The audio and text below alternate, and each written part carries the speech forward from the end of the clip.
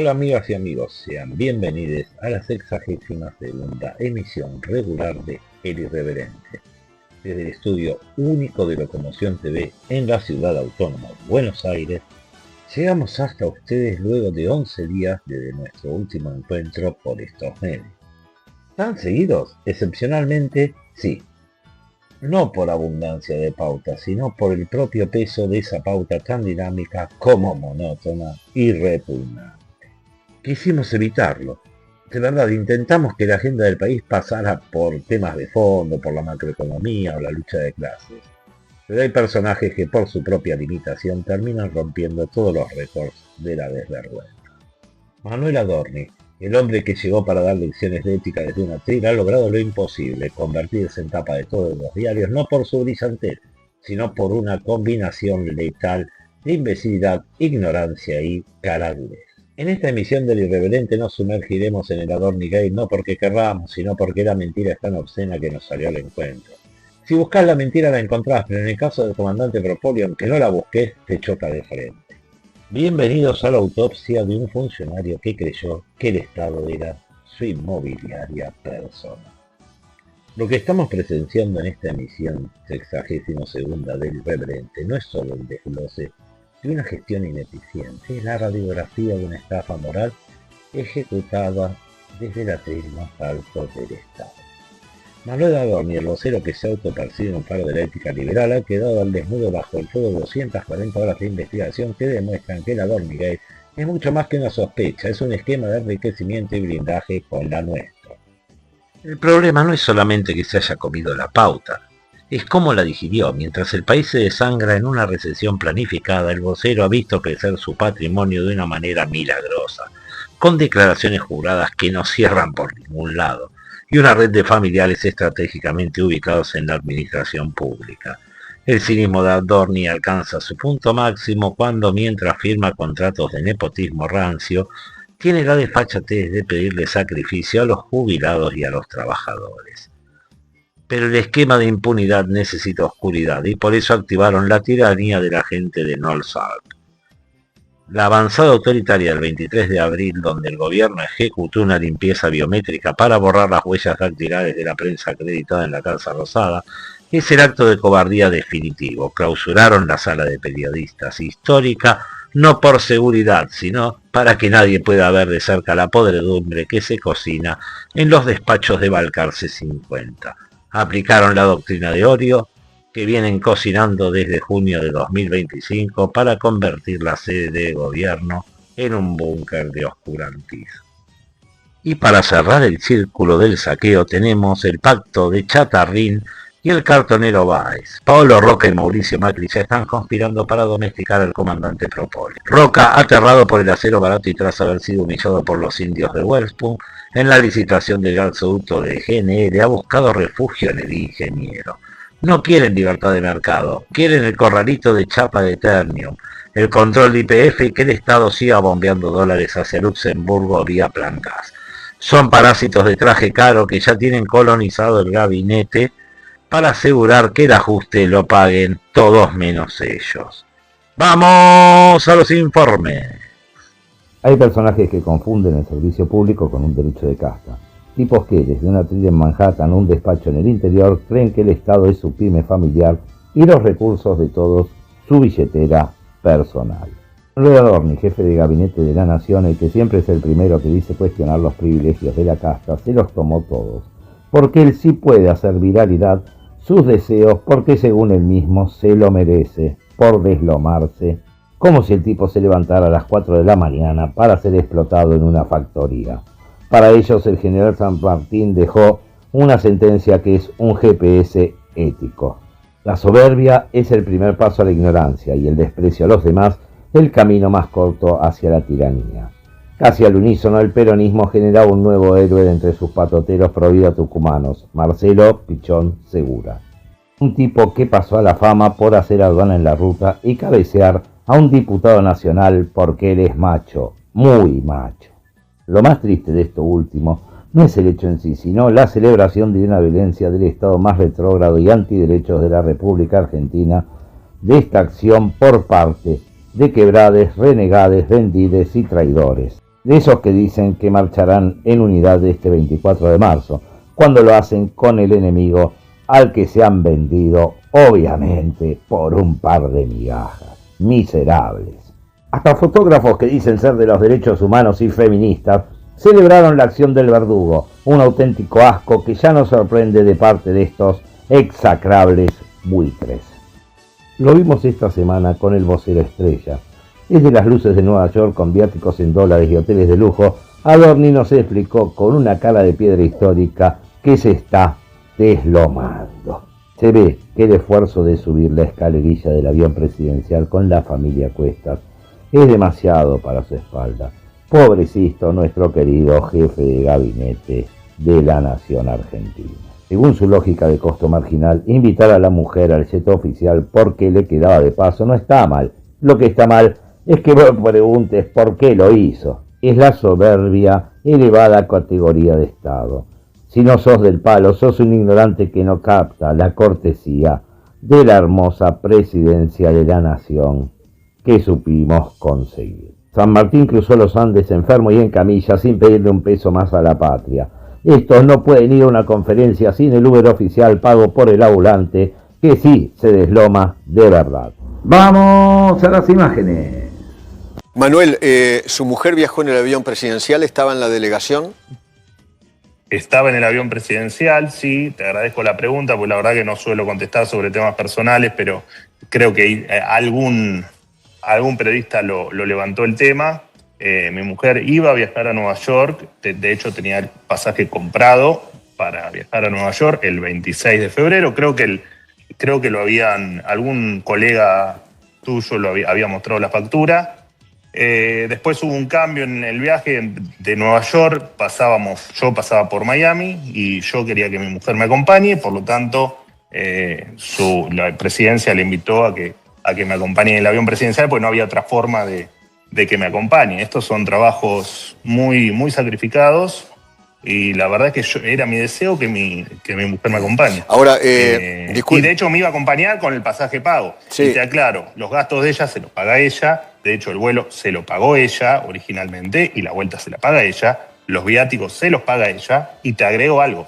Mis viáticos, mi comida y mi movilidad me la pago yo. Ni siquiera la mía se la va a pagar el Estado. ¿Del avión presidencial paga usted los gastos del avión presidencial? No. El avión presidencial, más allá de que viaje ella o que no viaje ella, no hay costo adicional para el Estado. No, bueno, no importa, pero perdón, Manuel. El avión presidencial no es un taxi, no es un Uber. No, correcto. No es para que un familiar de un funcionario se suba. No. Porque si no, vamos a caer en lo mismo que usted criticaba. No. Esto de que con la mía... Estás equivocado. Yo vengo una semana a deslomarme acá, o 5 días a deslomarme como todos los que vienen acá a Nueva York. Yo quería que mi esposa me acompañe porque es mi compañera de vida y porque es la que me da una mano además acá, más allá de que ella en paralelo iba a venir igual porque tenía una actividad. Okay. Pero no le sacamos un peso al Estado, ¿eh? ¿Ella vuelve en el avión presidencial con la delegación? No, ella volvemos en un avión, en un vuelo de línea.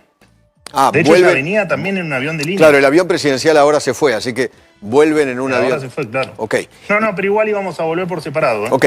¿Ella se subió con usted en Buenos Aires o en Miami? En Buenos Aires, claro. En Buenos Aires. No, en Buenos Aires. Y ahora está alojada con usted en el hotel en Nueva York. Sí, claro, sí, por supuesto, es mi mujer. ¿Y esos gastos los paga el Estado Nacional? ¿Lo pagan los contribuyentes? Todo lo que es comida, la habitación es la mía. O sea, que es la que pago normalmente por estar acá. Y lo que es comida y movilidad salen todos de mi bolsillo. No le sale un peso al Estado. Tengo entendido que la oposición va a hacer una presentación en el Congreso donde también lo que quieran. Espere. Donde también va a denunciar que usted viajó en un avión privado a Punta del Este durante Carnaval. ¿Es cierto? Lo que quieran. Sobre mi vida privada yo no hablo. Si quieren preguntar algo, que lo pregunten, digamos. Siempre son los mismos los denunciadores seriales que lo denuncien y en tal caso, si no es de mi vida privada y es algo que no amerita explicar, no lo explicaré. Si es algo que amerita explicar, lo explicaré. De hecho, esto no lo iba a explicar, lo estoy explicando porque me lo comentaste vos. Es mi mujer, es mi compañera de vida, iba a viajar conmigo, pagó su pasaje, $5.345 con fecha 26 de febrero, y después por el cambio de agenda, el Presidencia le invita a subirse conmigo porque si no, no nos íbamos a encontrar. Sí. Te repito, no le gastamos ni un peso al Estado. ¿El viaje ese a Punta del Este existió? Yo fui a Punta del Este, pero yo de mi vida privada no hablo. Mientras Milei teoriza sobre costos marginales y ningunea que cuestiona el gasto, la realidad les estalla en la cara. Quieren la chancha a los 20 y la máquina de hacer chorizo, el discurso de la austeridad para el jubilado y el privilegio del remis de lujo para la familia del vocero. Es el desprecio por el que paga la fiesta. Para el presidente, si no sos economista, tus dudas ensucian la discusión. Pero la única mugre que vemos acá es la de usar la billetera del pueblo para el confort propio. Y si el ninguneo es el método en Buenos Aires, en el interior el método es el apriete físico y judicial. El caso de Darío Monteros es para el archivo de la infamia. Actúa como el patoa del poder frente al reclamo de la gente. La respuesta oficialista no fue la palabra, sino la violencia pura. Mientras el diputado Federico Peli cargaba mercadería para ayudar a los vecinos, un matón del riñón oficialista, Marcelo Pichón Segura, le propinó un cabezazo cobarde que lo dejó sangrando en el piso. Así resuelven las cosas, golpeando al que ayuda cuando ellos no dan respuesta. Y la policía le hacía mimitos al criminal antiderecho, y los que marchan en unidad con el enemigo el 24 de marzo te lo muestran como si fuera el San Martín del rock and roll. Las coincidencias con los fachos de algunos que se vendieron hace rato a los de arriba son cada vez más alarmantes. ¡Vamos a las imágenes! Dígame por qué. ¿Quién sos vos? ¿Quién soy yo? Sí, ¿quién sos No vos? lo va a dejar pasar. Yo soy diputado nacional, así que puedo transitar por la ruta tranquilamente. ¿Qué tal? No me ¿Quién sos vos para dejar pasar? ¿Cómo andás? Venimos a ayudar a la gente. No, ¿qué te pasa? ¿Qué te pasa? Enfermo. Pelotudo. Detenido ya, enfermo.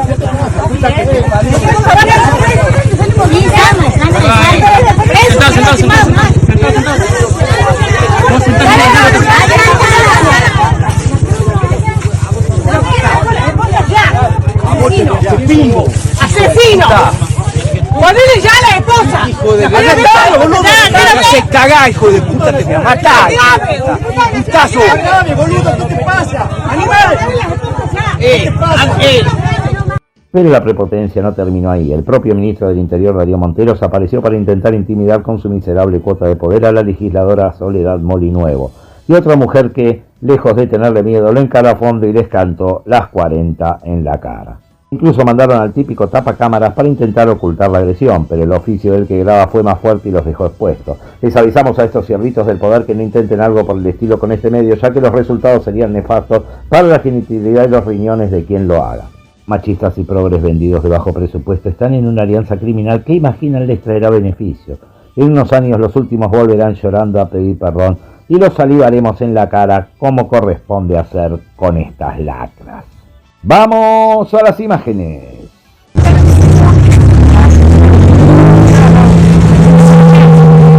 ¿Se enteró lo que...? ¿Vamos a hablar? Si no, mismo foto con el te voy con dos. ¿Usted sabe lo que pasó acá? ¿Sabe lo que ha pasado? No sabe, un momento. Una persona que trabaja para usted le reventó la cabeza al diputado nacional Pérez. Por venir a ayudar. Si vos me tapas, le está dando la Con las razón. dos manos así, con bolsa de mercadería. Vos no vas a hacer esto conmigo tampoco, ni tu empleado tampoco, reventándole la cabeza a un diputado nacional por querer ayudar a la gente. Yo no estoy haciendo circo, yo estoy diciendo lo que ha pasado, porque no sabía. Yo también antes de ayer acá, y cada hace 50 años que vivo en Tucumán. No seas mentiroso vos. Vos no seas mentiroso. Hable con respeto, señora. Hable con respeto, no señale. ¿Cómo voy a hablar No con respeto si le acaban de reventar la cabeza? Estamos tranquilos. ¿A vos te parece que vos estás ¿Vos te tranquilo? parece que le revientan la cara a un diputado nacional? Lo que vimos es el retrato de una provincia patriarcal donde se dicen pro vida, en los despachos para negar derechos, pero son famosos por resolver sus negocios en cuanto prostíbulo haya en la provincia y siempre en contra de su propio pueblo. Esa provincia en la que ser mujer se parece mucho más a ser parte del seleccionado femenino de Irán. Tucumán es una provincia donde las niñas tienen derecho a ser violadas pero no a abortar, porque lo consideran que está bien, que es lo que Dios manda. Por eso apretar a una mujer o violarla como Alperovich a su sobrina es una ventaja que el patriarcado más asqueroso de la Argentina siempre usa, sin consecuencias, ya que pueden y lo han hecho siempre. Lo peor es que los progres vendidos que le hacen una estatua de mármol blanco a este represor antiderechos se ofenden cuando les referís todas estas cuestiones. La vergüenza no es opción para gente que traicionó todo. El Libertador fue cortito y al pie. La patria no le da armas al soldado para que sea el terror de los pueblos. Cambió el fusil por el cabezazo traicionero de un parapolicial de los antiderechos o la amenaza de causas penales del caudillo, y la deshonra es exactamente la misma. No son genios de la economía ni grandes gestores, son apenas inquilinos de un poder que les queda gigante. Se creen que el territorio que les dio licencia para matar es su parque de diversiones y los ciudadanos sus empleados. Cada chancho le llega a su San Martín. Podrán tener el atril, el avión, los trolls y la justicia dicta, pero nunca van a tener la altura del tipo que nos enseñó que la verdadera autoridad se gana con conducta, no con canchereadas de hotel 5 estrellas, ni con los aprietes de un matón de cuarta. Increíblemente, un tipo que era un periodista simple, común y corriente, un simple mortal como nosotros, recibe una cuota de poder importante en el Estado y en vez de plantearse que debe responder por cada gasto oscuro a la sociedad, responde con tweets, pide que le pidan disculpas y además les responde a otros que son simples periodistas y no jueces. Este señor, hablamos del jefe de gabinete Manuel Adorni, parece que se supone que es un dios, un César, uno que desde el 10 de diciembre de 2023 pasó de ser un homeless a ser un burgués, además quejándose de que le pregunten los periodistas o la sociedad lo que hace con su plata. Esta autopercibida deidad indica en todo momento que no va a responder sobre ciertos activos que no figuran en su declaración jurada, pero sin embargo acusa de mentir a todo el mundo.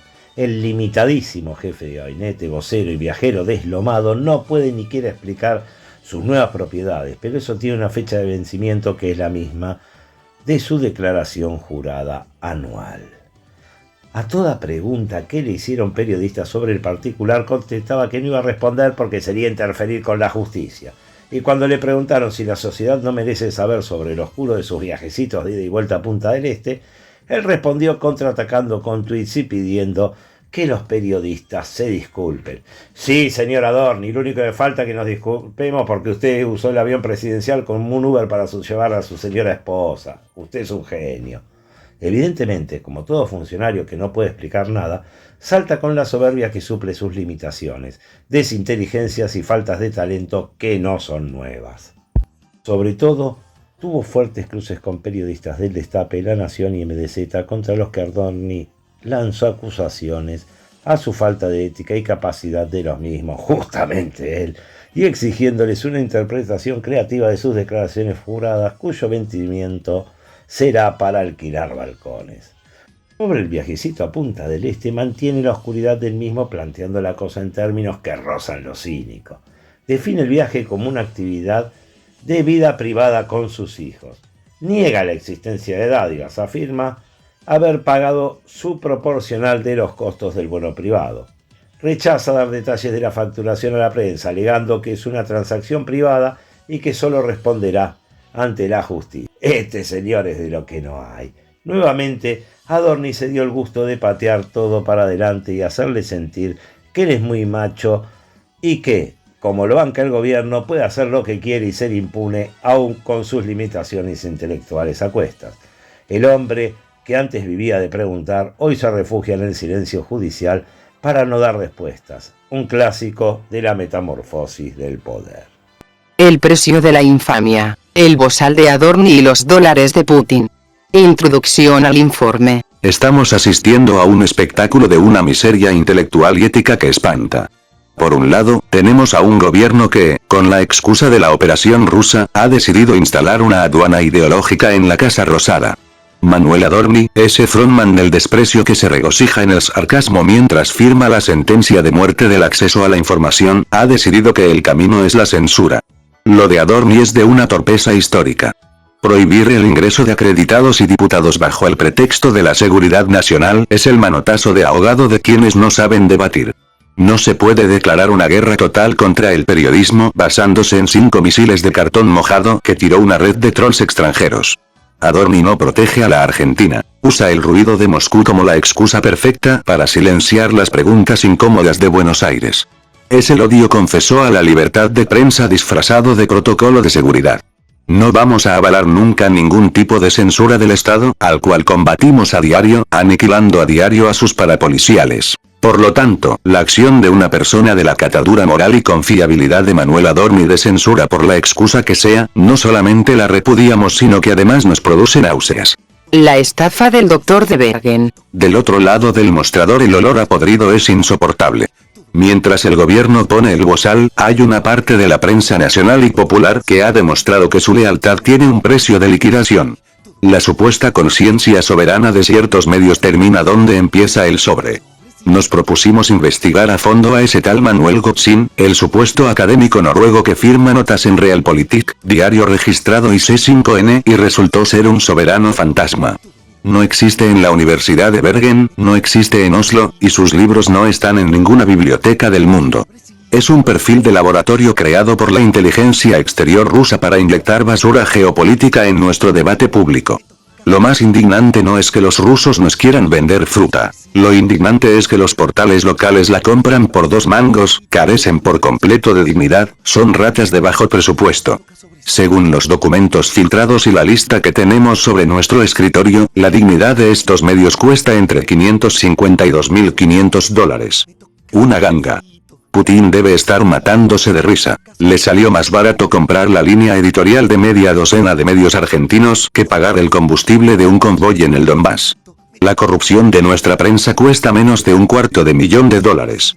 Una estafa a cielo abierto. Me toca sobrecito, me toca sobrecito. Ay, todo me da vueltas cuando me toca sobrecito. La farsante siniestra de Mamá Rusia. A los que nos quieren vender que Rusia es el aliado estratégico contra el imperialismo británico, les digo, despierten.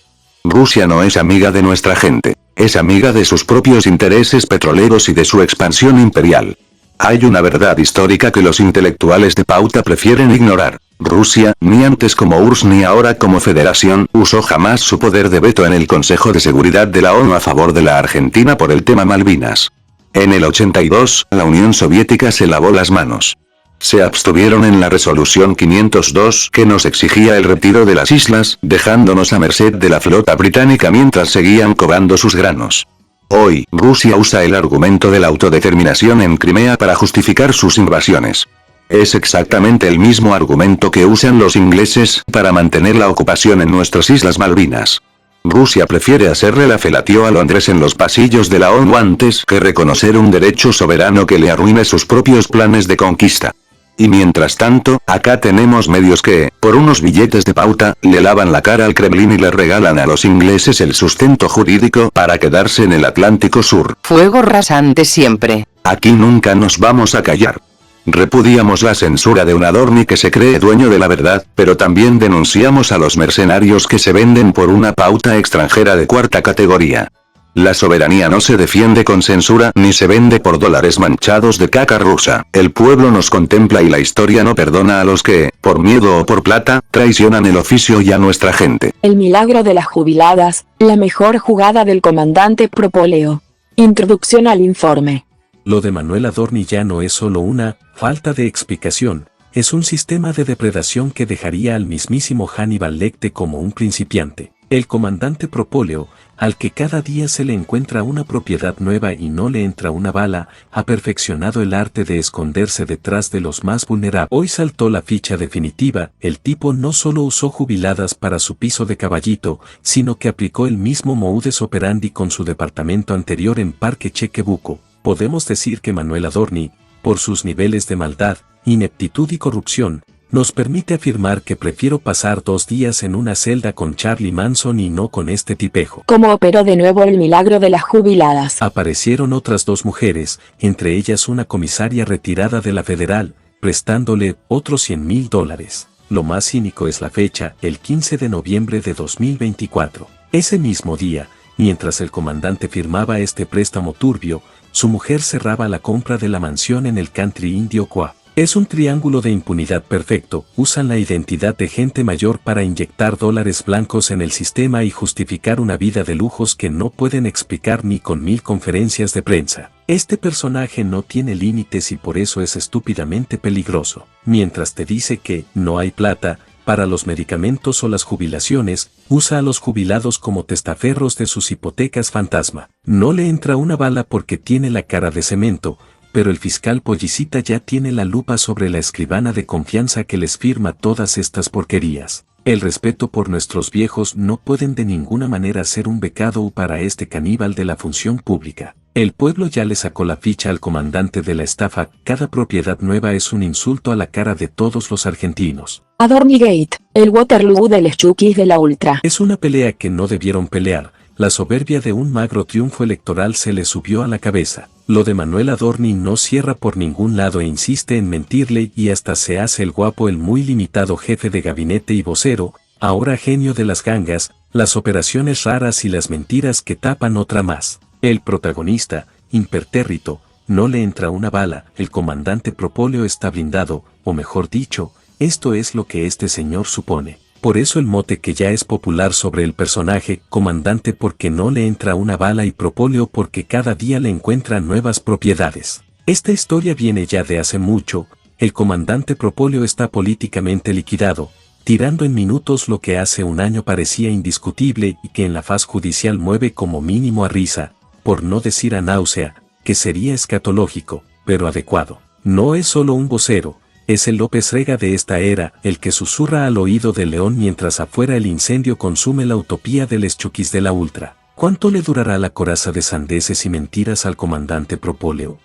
2024 el ascenso de un alcahuete tan limitado como feroz. El 2024 no fue solo el año del ajuste, fue el año en que Manuel Adorni perfeccionó el arte de la provocación institucionalizada. Lo que comenzó como una serie de conferencias técnicas derivó rápidamente en el despliegue de un personaje siniestro, un alcahuete de Estado que, parapetado en su atril, comenzó a desmantelar derechos con la misma frialdad con la que un carnicero despacha achuras. Desde el primer trimestre, el comandante Propóleo mostró sus garras. No le tembló el pulso para anunciar el cierre del INADI, calificándolo de caja de la política, mientras dejaba desprotegidas a las minorías frente a la discriminación. Su ferocidad se alimentó de la prohibición, prohibió el lenguaje inclusivo con una vaguedad intelectual alarmante, demostrando que para estos Chukis de la Ultra, la libertad es un concepto que solo aplica a sus negocios y nunca a la identidad del otro. Pero el ascenso de este personaje, limitado pero feroz,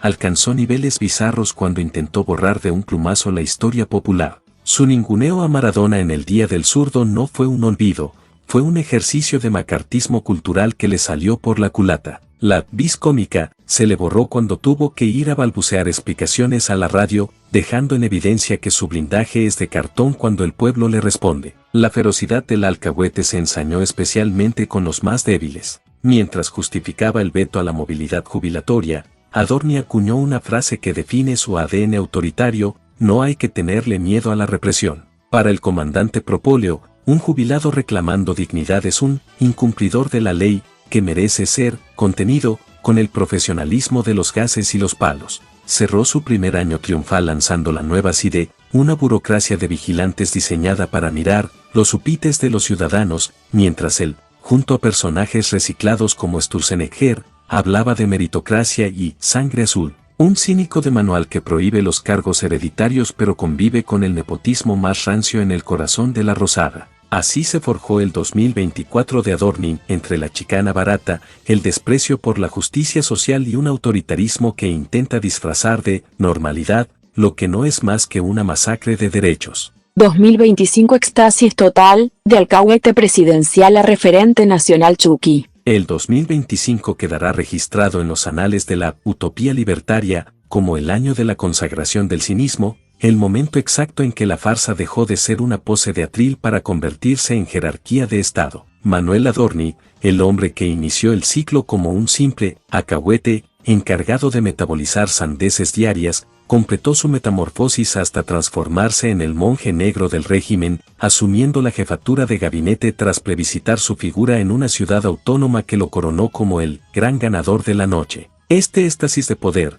sin embargo, se construyó sobre los escombros de la memoria y la dignidad, mientras el Estado derribaba el monumento a Osvaldo Bayer en un acto de eterna perversidad. El vocero, o bocón de Estado, se llamaba a un silencio cómplice, dejando que el imbécil de Espert pusiera las palabras que el régimen callaba, un festejo cargado de odio y desprecio por lo que nos hace humanos. La consolidación del comandante Propóleo vino acompañada de una declaración formal de guerra contra el periodismo, bajo la habilitación presidencial de que no se odia lo suficiente. Adorni no solo no moderó la violencia, sino que se convirtió en el escudo de los pajarones digitales y los chimpancés con boleadoras, como Santiago Caputo, justificando agresiones físicas con explicaciones tan ridículas como que el agresor quería ver si había salido bien en la foto. Este popurrí de mentiras amontonadas sirvió para blindar un esquema donde la cámpora libertaria opera con total impunidad, mientras el comandante usaba su capital electoral para avanzar sobre el remate de lo vital, anunciando la privatización de AISA bajo el pretexto de las camionetas Kango,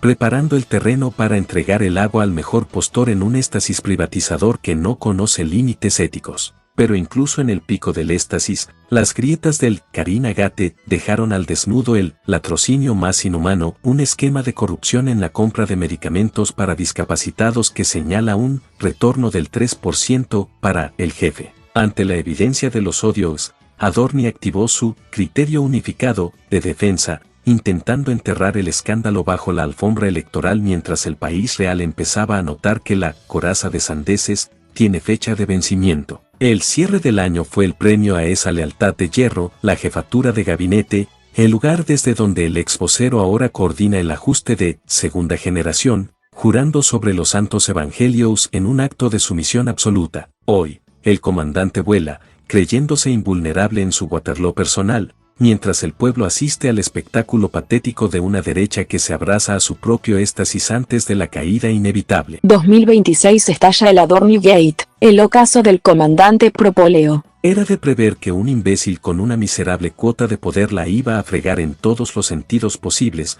por su soberbia, por su estupidez o por creer que estaba más que blindado. Manuel Adorni terminó transformando su coraza de sandeces en un certificado de defunción política. El comandante Propóleo resultó ser un flan político y social que este gobierno no ignora pero que prefiere parecerlo, mientras él, desde las luces de Nueva York y con una cara de piedra histórica, nos explicaba que se estaba deslomando. El esfuerzo de subir la escalerilla del avión presidencial, convertido en un Uber oficial para su familia bajo la excusa del costo marginal, parece ser demasiado para la espalda de este jefe de gabinete que, mientras le pide austeridad al jubilado, se lleva a su mujer de paseo con la billetera del pueblo porque era su deseo. Esta soberbia elevada a categoría de Estado no es más que el desprecio por el que paga la fiesta, una canchereada de hotel 5 estrellas que choca de frente con la realidad de un país que ya no compra el discurso de la casta. El estallido definitivo del Adornigate llegó con el milagro de las jubiladas,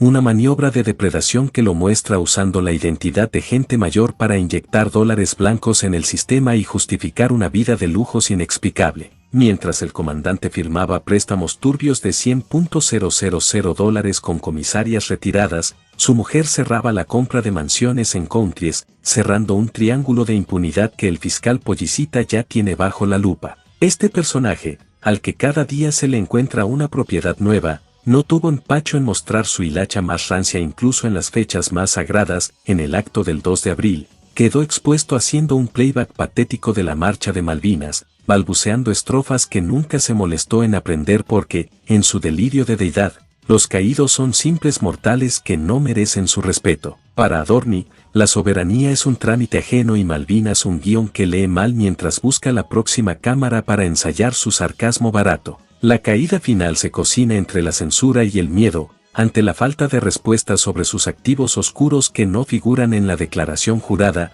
El comandante optó por el manotazo de ahogado, instalar una aduana ideológica en la Rosada y prohibir el ingreso de periodistas bajo el pretexto de una operación rusa. Es el odio confeso a la libertad de prensa de quien ya no sabe cómo ocultar el olor a podrido de sus negocios inmobiliarios y sus viajecitos a Punta del Este. Adorni ya no es el vocero estrella, es un inquilino de un poder que le queda gigante, un patoba que se refugia en el silencio judicial mientras el pueblo le saca la ficha a su estafa. El comandante Propóleo voló demasiado cerca del sol de la impunidad y hoy solo le queda el rastro de la infamia, recordándonos que la verdadera autoridad se gana con conducta, no con las canchereadas de un imitado que creyó que el Estado era su pyme familiar. 240 horas de la Dornigate. La coraza de sandeces finalmente se partió al medio, dejando al descubierto que el comandante Propóleo no era más que un flan político sostenido por la soberbia y el silencio cómplice. En apenas 10 días, el Adornigate pasó de ser un ruido mediático a convertirse en un tsunami judicial que ya no respeta jerarquías. La justicia acaba de levantar el secreto fiscal y bancario de Manuel Adorni y su mujer, una medida que busca poner luz sobre un patrimonio que, según la propia UIF, hace ruido por todos lados. Ya no alcanzan las conferencias de prensa para tapar el sol con las manos, ahora son las fotos del departamento remodelado en Caballito las que hablan por él, mostrando un lujo que no cierra con los números de su declaración jurada y que lo complican aún más ante la mirada de una sociedad que ya no tolera que le hablen de deslome desde un piso de alta gama. El lodazal se volvió negro azabache cuando la sombra del narcotráfico se proyectó sobre el despacho oficial. La denuncia que vincula a la escribana de confianza de Adorni con un cártel de México, la misma que firmó cada una de sus oscuras hipotecas fantasma con jubiladas, ha transformado un caso de corrupción administrativa en una causa de seguridad nacional. Este laberinto de conexiones narco y dólares de dudosa procedencia ha provocado que el oficialismo y la oposición recalibren sus estrategias antes de lo que será una exposición histórica en el Congreso, donde Adorni deberá explicar cómo pasó de ser un homeless mediático a un burgués con terminales en el crimen organizado. La erosión sobre la figura de Milei es tal que ya hasta los propios hombres del presidente, viendo cómo la encuesta les devuelve un rechazo masivo, empiezan a pedir la renuncia de quien se convirtió en el López Ligue de la era digital. Mientras tanto, en una interna feroz que ya se cobró la cabeza de Romo en el bloque de La Libertad Avanza, el gobierno intenta maniobras desesperadas para salvar al soldado Adorni. Karina Milei, en un gesto de apoyo que huele a despedida,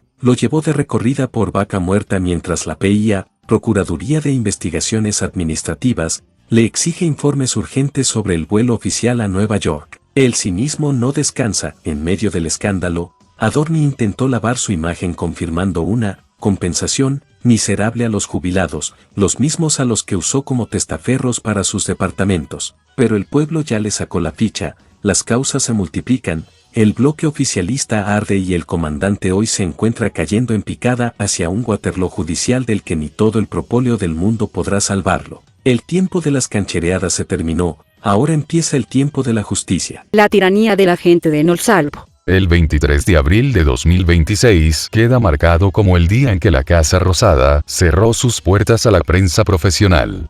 Lo que el gobierno intenta disfrazar como una cuestión de seguridad nacional, se revela como una maniobra de disciplinamiento y una política de exclusión deliberada. A continuación, los puntos clave de este nuevo atropello a la libertad de prensa. El pretexto del espionaje. El conflicto estalló tras un informe del programa Y Mañana que, de Todo Noticias, donde se mostraron imágenes internas de la sede de gobierno. La respuesta fue una denuncia penal inmediata impulsada por la Casa Militar, bajo la carátula de espionaje ilegal. Limpieza biométrica. En un acto sin precedentes, el gobierno borró las huellas dactilares de todos los periodistas acreditados del sistema de acceso. No hubo distinción. Se neutralizó el ingreso de todo el cuerpo de prensa de manera masiva. Clausura de la sala. La histórica sala de periodistas de Balcarce 50 fue cerrada preventivamente, dejando a los trabajadores de prensa sin su espacio físico de trabajo y, lo más importante, sin el contacto directo con la fuente de información. La cortina de humo de Adorni. Mientras el vocero presidencial justifica el cierre de la sala, su propia situación judicial se complica. Los paseos por tribunales por presuntas irregularidades en contrataciones y manejo de pauta oficial exponen la doble vara de una gestión que habla de transparencia mientras marca territorio con métodos autoritarios. Doctrina de confrontación. Este hecho no es aislado. Se suma la suspensión de la pauta y el desmantelamiento de medios públicos, consolidando una política donde el periodismo que investiga es calificado de basura o delincuente por el propio presidente en sus redes sociales. La narrativa oficial del espionaje cae por su propio peso cuando la respuesta es el cierre total y el borrado de acreditaciones. La política de Nolsalp se impone no por la razón, sino por la fuerza institucional, alejando cada vez más la gestión pública del escrutinio ciudadano. Antecedentes de una barbaridad suprema. Es fundamental recordar que este llamamiento de odio, cristalizado bajo la sigla Nolsalp desde junio de 2025, nunca nos causó gracia ni fue tomado como una simple picardía de redes sociales. Cuando el Estado se apropia del verbo odiar y lo convierte en consigna oficial, el escenario se vuelve tan peligroso y criminal como cuando utiliza la palabra patria para justificar el atropello y la muerte. No es un eslogan inocente, es la validación institucional de la persecución, que hoy encuentra su ejecución material en el desalojo de los trabajadores de Balcarce 50. Manuel Adorni. Otras 240 horas bajo fuego. 240 horas de un goteo incesante que ha terminado por ahogar la narrativa de la transparencia oficial. Lo que el comandante Propóleo intentó vender como una gestión de austeridad, hoy se revela como una trama de privilegios inmobiliarios, hipotecas bajo sospecha con jubiladas y un blindaje institucional que raya en la censura. Mientras el jefe de gabinete busca refugio en el silencio y las misas de ocasión, la justicia empieza a preguntar por cajas de seguridad y el Congreso le marca la cancha con un desplante que huele a final de ciclo. Aquí no maquillamos la realidad. Hacemos la autopsia del funcionario que se creyó impune detrás de un atril. Parar y desenfocar como único escudo político contra la debacle. Llegamos al 24 de abril de 2026 con un gobierno que ha decidido detener la marcha del país para salvar a un solo hombre. La mesa política de la Casa Rosada no se reúne para discutir el hambre o la inflación, sino para diseñar la estrategia de supervivencia de Manuel Adorni. Con los pliegos de los jueces en carpeta y la reforma electoral en pausa, el jefe de gabinete se ha convertido en el tapón de una gestión que se desangra en popularidad mientras intenta, desesperadamente, que su vocero no termine sentado en el banquillo de los acusados. Cronología de la impunidad. El cerco judicial y patrimonial. El operativo blindaje. 16 de abril. Karina Milei y Adorni en Neuquén. Una foto sobre vaca muerta para simular una solidez que los expedientes ya estaban demoliendo. Fue el inicio de la canonización fallida de un funcionario acorralado. El mazazo de los martilleros, 20 de abril. La justicia escucha a los profesionales. Natalia Rucci y Marcelo Trimarchi confirman que el departamento de Caballito valía $340.000, dejando en ridículo los $230.000 declarados. La maniobra de la hipoteca con jubiladas entra en zona de sombras insalvables. La huida y el desplante, 21 de abril. Adorni pone en venta su propiedad en La Plata por $95.000, un movimiento de piezas propio de quien espera un embargo. Horas después, en Luján, Victoria Villarruel le quita el cuerpo. Se niega a sentarse junto a él en la misa por el Papa Francisco, exponiendo la fractura interna del poder. El testimonio del dinero negro, 22 de abril. El hijo de una de las jubiladas vendedoras dispara al corazón de la causa. Afirma la existencia de $65.000 no documentados. La estafa moral y financiera cobra nombre y apellido. El manotazo institucional, 23-24 de abril. En un movimiento coordinado, la Oficina Anticorrupción prorroga los plazos para presentar declaraciones juradas, justo cuando las de Adorni son el centro del escándalo. Al mismo tiempo, la justicia cierra de forma express la causa por el viaje de su pareja a Estados Unidos, buscando aliviar la presión, mientras el gobierno prohíbe el acceso a los periodistas acreditados en un acto de censura inédito para proteger al jefe de gabinete.